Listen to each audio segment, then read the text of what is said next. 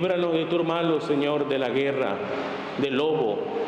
Dónanos paz en el día aquí. Ayúdanos con vos misericordia.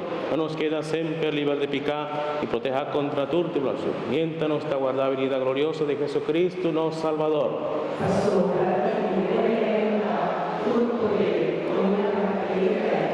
Señor Jesucristo, vos avisa, vos apóstol, mi talaga vos paz, mi taduna voso, no miranos picanas, sino fe de vos iglesia, y según vos voluntad de nuevo paz y unidad completo, a vos puta vive reina dentro del siglo de siglo nan.